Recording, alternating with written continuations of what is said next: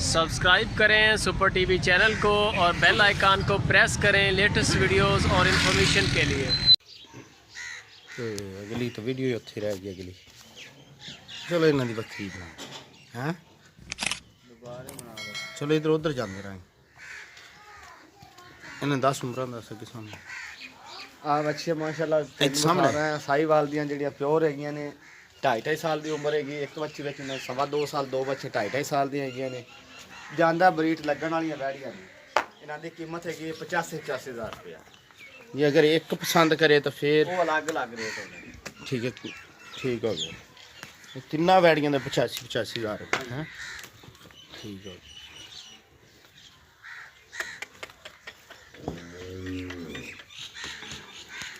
एक कैस वैड़ी की 2.5 साल उम्र है जी आ सामने खड़ी है। हाँ जी ये 2.5 साल दी है। अच्छा ये 2.5 साल की है। यह 2.5 साल की है। 2.5 साल ठीक हो गया। वो भी 2.5 साल की है।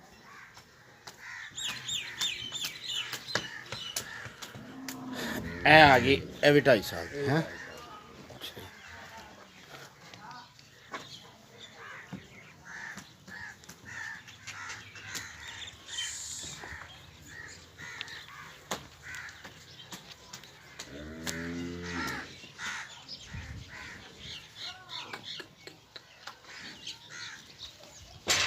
चल ਤੋਰੋ ਫਿਰ ਇਹ 6 ਬੱਚੀਆਂ ਨੇ। ਇਹਨਾਂ ਦੀ ਫੀਸ ਕਿੰਨੀ ਕਿੰਨੀ ਉਮਰ ਹੈ? ਇਹਨਾਂ ਦੀ 2 ਸਾਲ ਵਿੱਚ ਪੌਣੇ 2 ਸਾਲ ਕੋਈ 2 ਸਾਲ ਪੌਣੇ 2 ਸਾਲ ਹੈ। ਅੱਛਾ ਅੱਛਾ 2 ਪੌਣੇ 2 ਸਾਲ ਦੀਆਂ ਨੇ। ਲੋਕੇਸ਼ਨ ਹੈ ਹਰੂਨਾਬਾਦ, ਤਹਿਸੀਲ ਜ਼ਿਲ੍ਹਾ ਬਹਾਵਲ ਨਗਰ।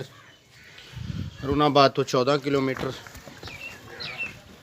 चिश्तियाँ काजीवाला रोड, अड्डा मखदूमाबाद 2 किलोमीटर साइड ते काट आत्मा सिंह। ये चक गाँव का नाम है भाईजान। ए वैड़ियाँ इरफान डेयरी फार्म तो खड़ियाँ ने ते हफीज़ डेयरी फार्म तो जनाब। ਇਹਨਾਂ ਦੀ ਕੀਮਤ 65,000। इन्हों की कीमत ने 65,000 रुपया। 6 वैड़ियाँ का ग्रुप है। 3 पहले तुहानू दिखाइयां ने साहिवाल वड्डियां वैड़ियां, उन्होंने 85,000 पुट्ठा है। इन्होंने वैड़ियां का 65,000 रुपये मेरे वीर।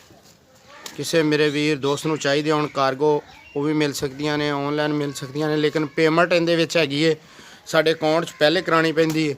उस तो बाद जिथे मेरे भाई नूं दोस्त नूं चाहिए होण उत्थे पहुंच जांदा माल।